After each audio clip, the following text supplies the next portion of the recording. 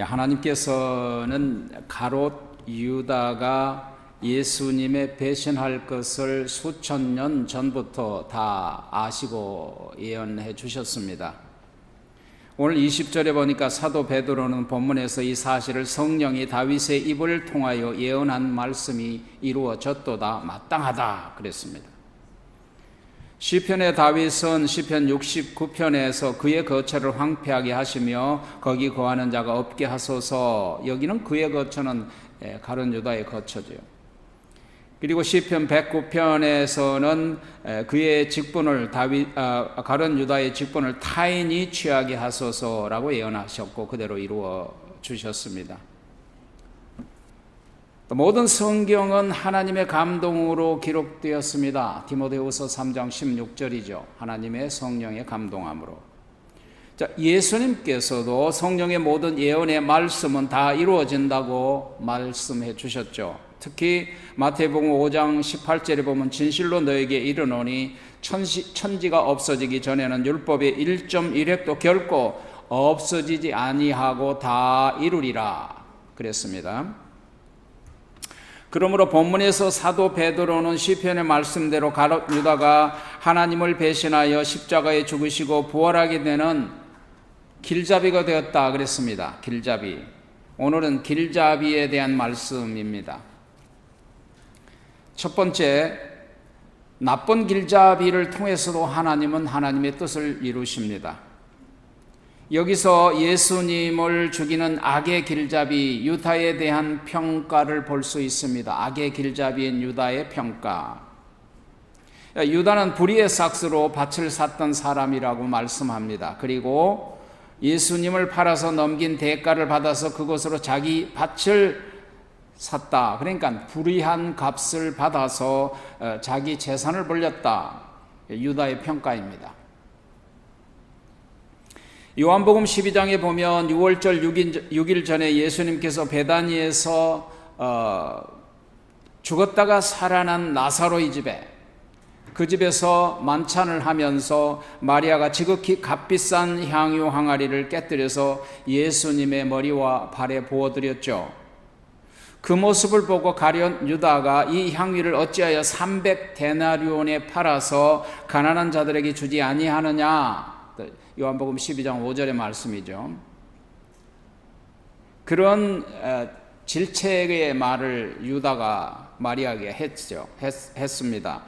그때 평소에 가룟 유다를 너무나도 잘 알고 있는 제자 요한은 요한복음 12장 6절 그 다음 절에 보면 그렇게 말하면 가난한 자들을 생각함이 아니오, 그는 도둑이라 돈깨를 맞고 거기 넣은 것을 훔쳐가미러라 라고 덧붙여 줬습니다.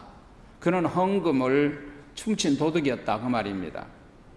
이것이 가룟 유다에 대한 평가였습니다. 그러니까 가룟 유다는 사악한 길잡이죠. 길잡이에는 두 종류가 있습니다. 악한 길잡이, 나쁜 길잡이, 그리고 선한 길잡이. 토론토 대학의 심리학 교수 조던 피를 박사가 출간한 질서 너머 Beyond Order라는 책에 보면 깊이 생각해 볼 내용이 있습니다. 얼마나 많은 사람이 한마디의 격려에 길잡이에 목말라 하는지, 한마디의 격려와 길잡이만으로도 얼마나 많은 사람들이 좋아질 수 있는지 생각하면 가슴이 먹먹해진다 그랬습니다. 이 세상은 너무나도 힘들고 어려운 세상이기 때문에 사람들은 위로의 말, 격려의 말에 아주 목말라 합니다. 조던 피를슨 박사는 난 당신이 그렇게 해낼 줄 알았어 라는 그 한마디의 말을, 일을 잘하는 좋은 출발을 하도록 얼마나 큰 힘을 주느냐고 그렇게 말해 줬습니다. 넌 당신은 그 일을 해낼 줄 알았어 라고 해준 그 한마디의 말이 얼마나 힘을 주느냐고요. 그런데요, 좋은 격려처럼 들리지만 가장 악한 길잡이에 대해서 경계합니다. 넌 이대로 괜찮아. 넌 있는 그대로 사랑받아야 돼. 그 자체로 소중한 사람이라고 말하는, 그렇게 말하는 친구를 경계해야 된다라는 거예요. 왜 그럴까요? 넌 이대로 괜찮아. 넌 있는 그대로 사랑받아야 돼. 혹 그 자체로 소중한 사람이야 라고 말하는 그 말을 들으면 어때요, 여러분? 굉장히 위로가 되죠. 그런데 올바른 사람에게는 그렇게 해줄 때 큰 위로가 되고 격려가 되죠. 그런데 우리가 경계해야 할 일이 뭐냐면 불행한 처지에 있는 사람이라든가 또 잘못된 길을 가고 있는 사람들에게 그렇게 말하면 그건 나쁜 길잡이라 그런 얘기예요. 만일에 그렇게 주장하는 사람들의 말이 있는 그대로 소중하다고, 너는 그 있는 그대로 하는 그대로 너는 사랑받을 만하다라고 그렇게 말하면 잘못된 길을 가는 사람에게는 더 나쁜 길로 가는 길이 된다, 그런 얘기죠. 여러분, 올바로 나쁜 길을 가는 사람에게는 올바른 길을 가도록 길잡이가 되어줘야 되고, 죄를 지은 사람에게는 죄에서 벗어나도록 길잡이가 되어줘야 되겠죠. 좋은 길잡이가 되어서 올바른 길로 가도록 해줘야겠죠. 올바르지 않는 존재 그 자체로 넌 소중해, 죄를 지은 상태에 너는 괜찮아 라고 말한다면 그것은 나쁜 길잡이죠. 수많은 악질 범죄자들 존재 그 자체가 소중하고 그 자체가 괜찮아, 그 자체로 사랑받아야 돼 라고 말한다면 그건 악한 길잡이죠. 여러분, 그 말에 동의할 수 있나요? 세상에는 좋은 길잡이를 가장한 악한 길잡이들과 속이는 길잡이들이 많아요. 좋은 길잡이는 단순히 자신의 생각으로 일하지 않아요. 여러분, 배를 끌고 가는 책임자는, 그런 선장은 바다에서 배를 항해할 때 자기의 경험과 자기의 감을 의지해서는 안 되죠. 선장은 반드시 정해진 나침반을 따라서 배를 운전하고 이끌어 가야만 좋은 선장이 되는 거죠. 좋은 길잡이는, 이 세상의 최상의 길잡이는, 최상의 나침반은 역시 하나님의 말씀이죠.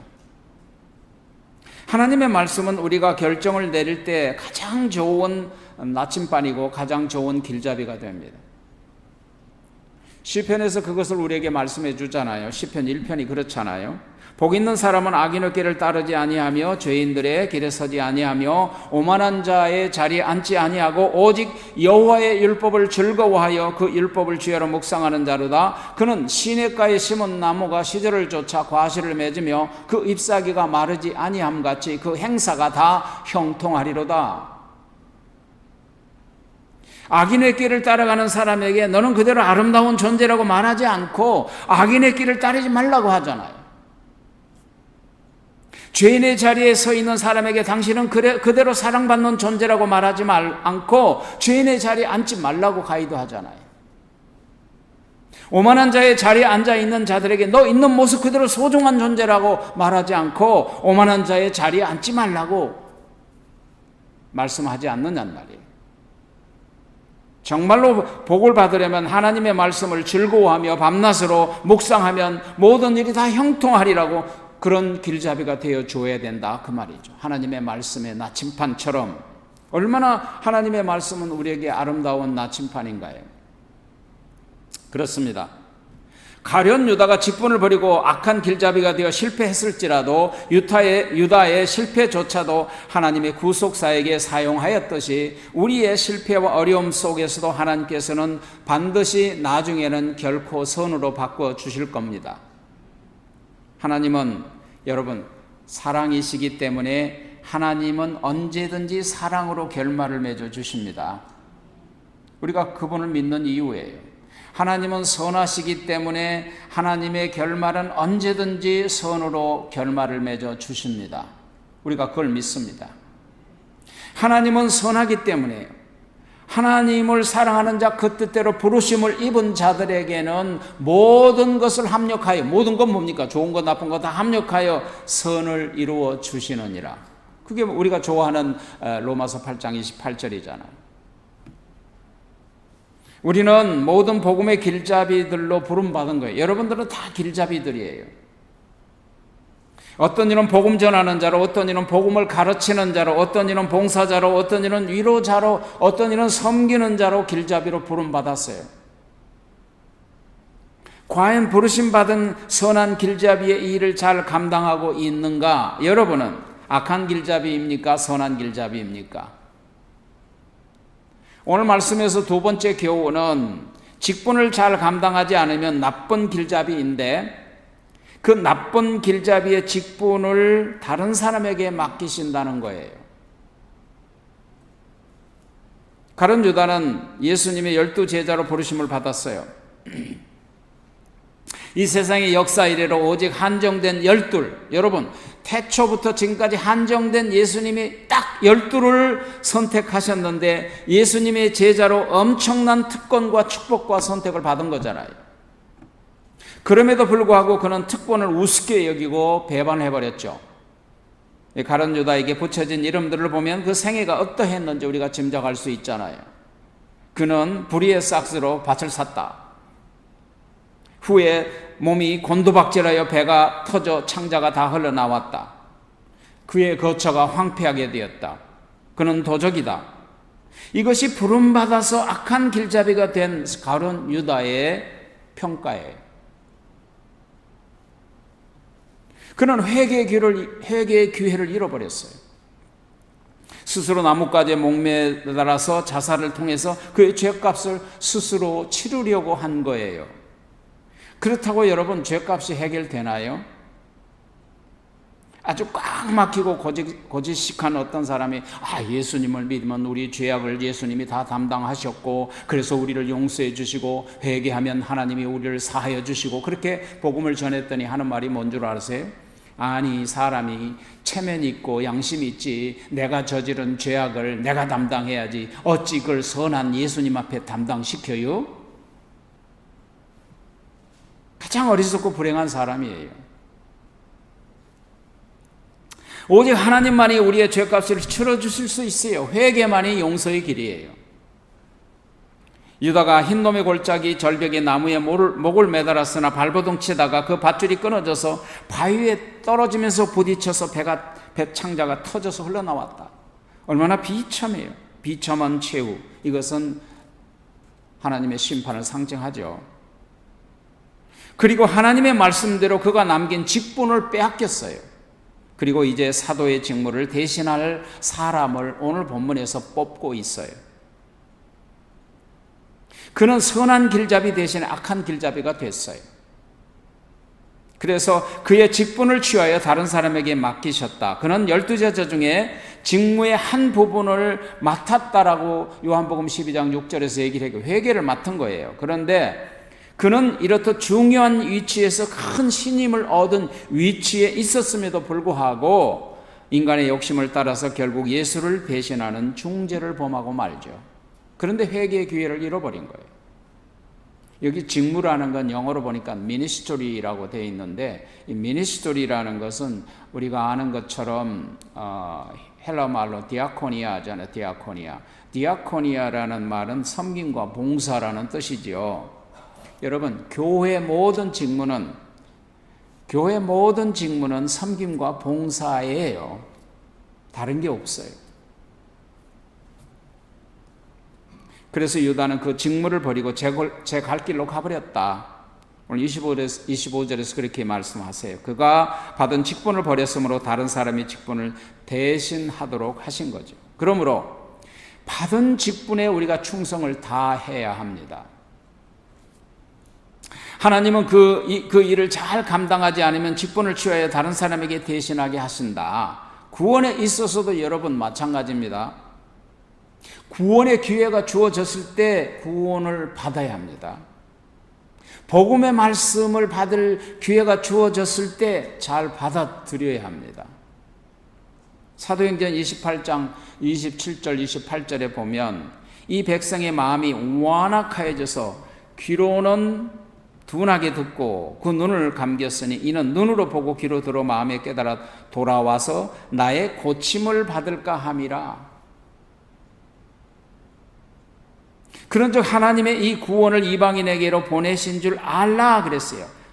그래서 유태인들에게 복음을 전했지만 그들이 받아들이지 않고 그 기회를 잃어버리고 버렸으므로 복음이 이방인들에게로 가게 하셨다라는 거예요. 로마서 11장에 보면 유태인들이 예수를 믿지 않음으로 꺾인 나무처럼 되어버렸다는, 가지를 꺾어버렸다는 것. 그리고 구원이 이방인들에게 접붙임 되었다라고 말씀하세요. 그래서 구원이 유태인들에게서 이방인들에게로 전파된, 그 덕분에 우리도 믿게 된 거죠. 오늘의 중요한 교훈 세 번째는 교회 직분을 세울 때는 반드시 기도해서 세우라고 말씀하십니다. 교회 직분은 반드시 자격을 요구합니다. 교회 직분은 자격을 요구해요. 교회 직분자에 대한 자격을 본문에서 여러 가지가 있지만 오늘 본문에서 어떻게 가르쳐 주느냐 하면 첫 번째 자격은 항상 우리와 함께 다니던 사람 중에서 세워야 됩니다.